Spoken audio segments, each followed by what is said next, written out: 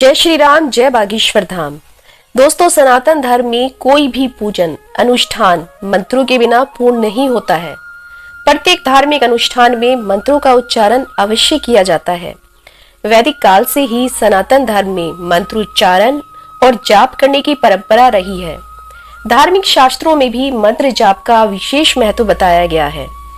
धार्मिक महत्व के साथ ही साथ मंत्र जाप के कई वैज्ञानिक लाभ भी बताए गए हैं। भगवान की पूजा करते समय हम सभी धूप आरती तो करते ही हैं, साथ ही साथ मंत्रों का जाप भी करते हैं। जिस तरह हम भगवान के दर्शन करते समय अपना सिर उनके सामने झुकाते हैं, ठीक उसी तरह हमें मंत्रों का जाप करते समय कुछ बातों का विशेष ध्यान रखना चाहिए। अगर मंत्रों का जाप करते समय भगवान के समक्ष बैठकर हम विधि पूर्वक जाप नहीं करते हैं तो उससे मंत्रों का प्रभाव कम हो जाता है।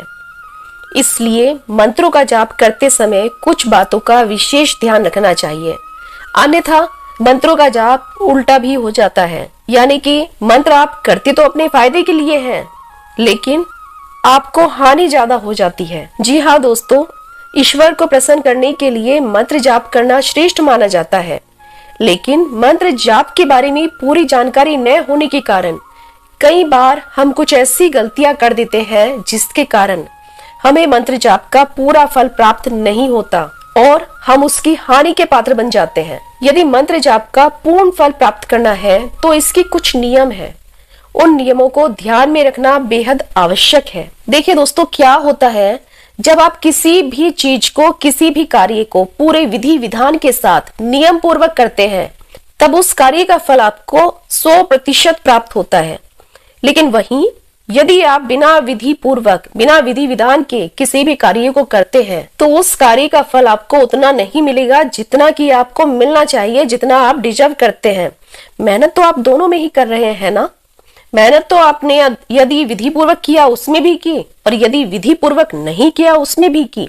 तो क्यों ना आप अपने कार्य को इस प्रकार से करें कि आपको उसका 100% लाभ प्राप्त हो। इसलिए क्यों हम सब आधा अधूरा फल प्राप्त करें, जबकि छोटे छोटे से ऐसे उपाय हैं जो कि मंत्रों को करते समय यदि हम ध्यान में रखेंगे तो मंत्रों का लाभ हमें कई गुना प्राप्त होगा। तो आइए जानते हैं कि वो कौन से ऐसे नियम हैं कि जिन नियमों को, जिन बातों को हम ध्यान में रखेंगे तब हमें मंत्रों का जो फल है ना वो पूरा का पूरा मिलेगा। देखिए, मंत्र 3 प्रकार के होते हैं, यानी कि मंत्रों का जो जाप है वह 3 प्रकार से होता है। जी हाँ दोस्तों, 3 प्रकार से।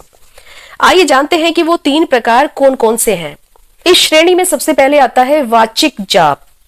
वाचिक जाप में सस्वर मंत्र का उच्चारण किया जाता है, यानी कि बोलकर मंत्र का जाप किया जाता है, तो वह वाचिक जाप की श्रेणी में आता है। दूसरा जाप है उपांशु जाप।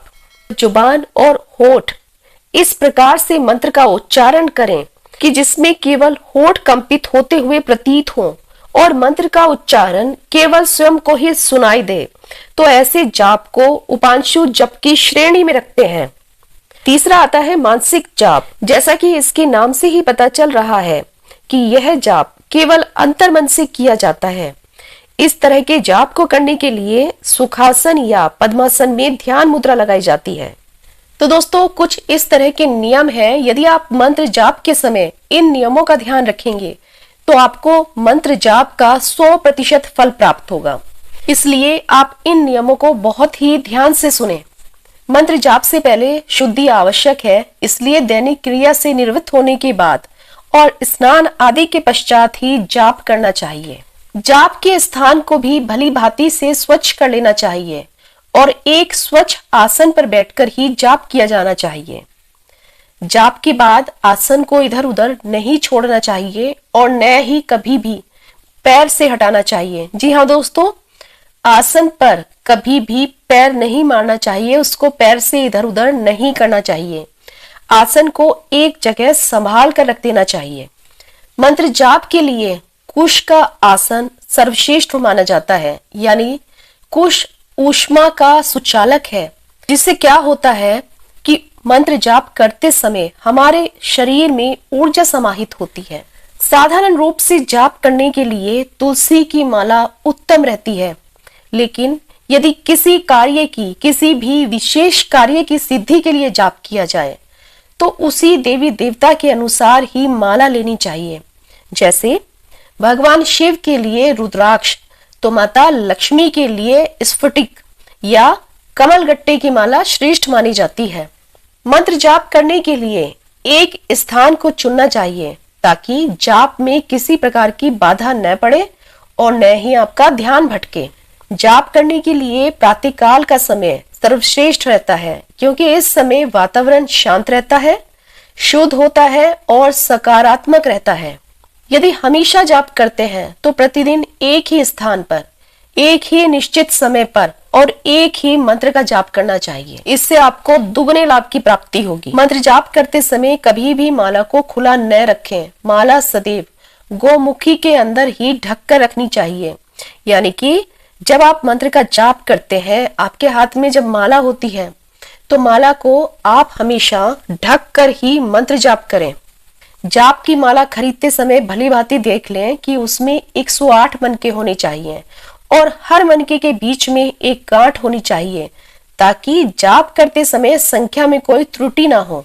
जिस देवी देवता का आप जाप कर रहे हैं उनकी छवि को मन में रखकर जाप करना चाहिए और नित्य कम से कम एक माला का जाप आपको अवश्य ही अवश्य करना चाहिए। एक और ध्यान देने योग्य बात, कभी भी बिना संकल्प किए मंत्र का जाप नहीं करना चाहिए, अन्यथा आपको फल की प्राप्ति नहीं होगी। आप जिस भी कार्य की इच्छा पूर्ति के लिए मंत्र का जाप कर रहे हैं, आप उसका संकल्प लें, उसके पश्चात आप मंत्र जाप आरंभ करें। तो दोस्तों, ये कुछ ऐसे छोटे छोटे से उपाय थे जिनको यदि आप मंत्र जाप करते समय ध्यान में रखेंगे तो आपको मंत्र जाप का फल 100 गुना नहीं 1000 गुना प्राप्त होगा। इसलिए इन उपायों को ध्यान में रखें और यदि आपको वीडियो पसंद आई है तो वीडियो को लाइक अवश्य करें, अपने दोस्तों और रिश्तेदारों के साथ भी शेयर करें। एक और बात, यदि आप चैनल पर नए हैं और अभी तक आपने सब्सक्राइब नहीं किया है तो चैनल को सब्सक्राइब कर लें और साथ ही साथ बेल आइकन को दबाना ना भूलें। जिससे होगा क्या कि हम जब भी कोई नई वीडियो अपलोड करेंगे उसका नोटिफिकेशन सबसे पहले आपको मिलेगा। तो मिलते हैं एक और नई वीडियो में। जय श्री राम, जय बागेश्वर धाम।